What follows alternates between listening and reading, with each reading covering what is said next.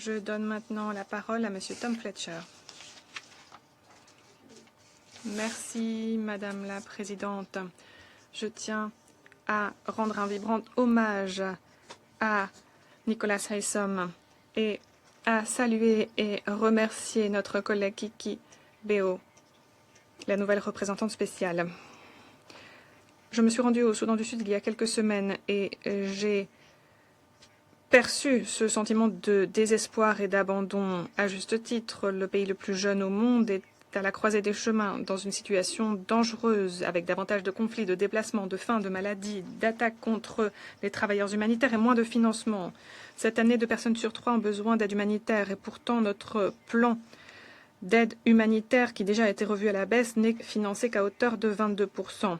L'ampleur du désespoir se ressent notamment dans l'état de Jonglei, dans le nord-est, où j'ai passé la plupart de mon temps.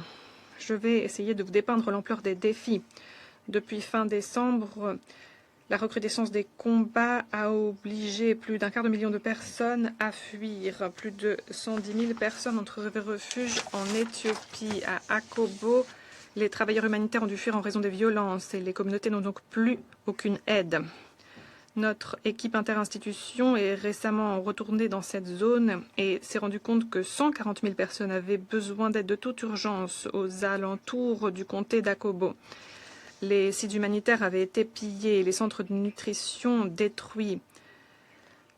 Le week-end dernier, une recrudescence des violences à Akobo et aux alentours a déplacé des personnes de nouveau. Les personnes que nous venions de consulter pour voir de quelle aide elles avaient besoin. Je me suis rendue dans l'hôpital d'Akobo qui, fin février, prêtait service à 100 000 personnes, dont le petit Koul, un bébé de 18 mois qui a souffert de blessures par balle aux 2 jambes. Les collègues de Médecins sans frontières et les médecins sud-soudanais m'ont dit que les blessures par balle étaient innombrables, que souvent ils devaient amputer les patients parce qu'ils marchent sur de longues distances avant de pouvoir être traités et leurs blessures s'infectent. Quelques semaines plus tard, l'hôpital a été pillé, les médicaments, le matériel, les lits, tout a disparu. Et beaucoup de personnes que j'y avais rencontrées ont maintenant péri. Selon l'OMS, 1,35 million de personnes dans l'état de Jonglei ont perdu accès aux soins et 26 installations sanitaires ont été détruites ou ont dû fermer leurs portes. Et le choléra ainsi que la rougeole ont de nouveau connu un essor. Des femmes m'ont dit avoir fui des violences extrêmes dans l'état de Jonglei. On dit que leur maison avait été incendiée, que les personnes étaient massacrées comme des chèvres. J'ai rencontré une grand-mère qui transportait sa petite fille âgée de 19 ans, qui était née paralysée des jambes. Elles avaient dû fuir pendant des jours. Et cette histoire n'est pas unique. Voilà la situation lorsque les partis méprisent leurs obligations vis-à-vis des civils et sapent l'accord de paix revitalisé. Et tout comme Kiki, j'ai l'impression que la clôture d'une base temporaire de la MINUS à Akobo ce mois ne fera qu'exacerber les lacunes en matière de sécurité.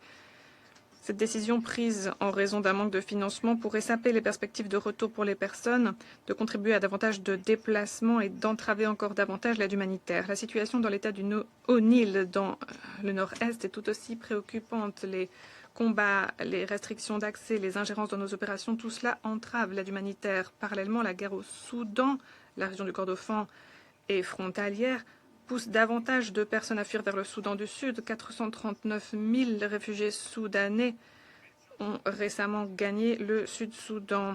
J'ai récemment rencontré des personnes qui venaient de faire le déplacement de Khartoum à Malakal et qui m'ont parlé de harcèlement, d'attaques, de pillages en route.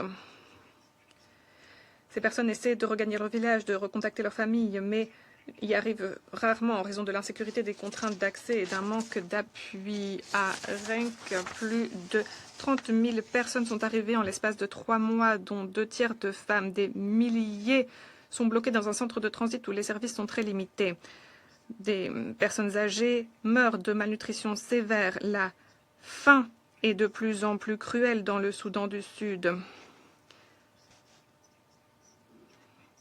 On s'attend à ce que la phase 4 de la classification IPC soit déclarée dans la plupart des 10 États du Soudan du Sud. J'ai bien peur que la prochaine fois que je prendrai la parole devant le Conseil, je devrais parler de famine au Soudan du Sud. Plus de 7,5 millions de personnes auront besoin d'assistance alimentaire cette année. Et tout cela alors que l'on prévoit une poursuite des inondations, ce qui signifie que de nouveau les populations, les communautés seront sans ressources. Malgré tous ces défis, je tiens à rendre hommage aux acteurs humanitaires qui travaillent sur le terrain. Nous rencontrons des hostilités, des entraves bureaucratiques, des checkpoints, des taxes, des refus d'accès aérien. Des travailleurs humanitaires doivent partir. Nous souffrons de coupes dans nos budgets. Les décisions de vie et de mort sont quotidiennes. Mais lorsque nous pouvons aider la population, nous renforçons l'aide alimentaire, sanitaire, nutritionnelle. À jongler, plus de 113 000 personnes ont déjà reçu de l'alimentation cette année. Les opérations aériennes, y compris à travers le service aérien humanitaire des Nations Unies, restent une véritable bouée de sauvetage. C'est pourquoi j'ai récemment alloué 13 millions de dollars pour appuyer ces vols dans le pays. Nous prépositionnons déjà des fourniture des articles en prévision des prochaines inondations. La MINUS continue aussi de jouer un rôle vital à travers sa présence sécuritaire et facilite des opérations humanitaires essentielles. Pour empêcher que le Soudan du Sud ne s'effondre et ne sombre dans la famine, j'appelle le Conseil à agir sur 3 plans immédiatement. Tout d'abord, il faut insister pour un accès humanitaire rapide et sans entrave, avec notamment la levée immédiate des barrières bureaucratiques, la cessation des checkpoints, des taxes qui sont imposées aux acteurs humanitaires. Deuxièmement, il faut rapidement revoir à la hausse les financements flexibles, notamment pour la saison maigre. Et troisièmement, user de votre influence vis-à-vis des parties pour exiger le plein respect du droit international humanitaire et la protection des civils et des infrastructures civiles. Appuyer des efforts politiques renouvelés pour renforcer le respect du cessez-le-feu et pour progresser vers une mise en œuvre de l'accord de paix et revitaliser. L'action humanitaire peut sauver des vies, mais comme je l'ai souligné auprès du président et de son équipe, seule la paix permettra de mettre fin à la crise. Je vous remercie. Merci à M. Fletcher de son exposé.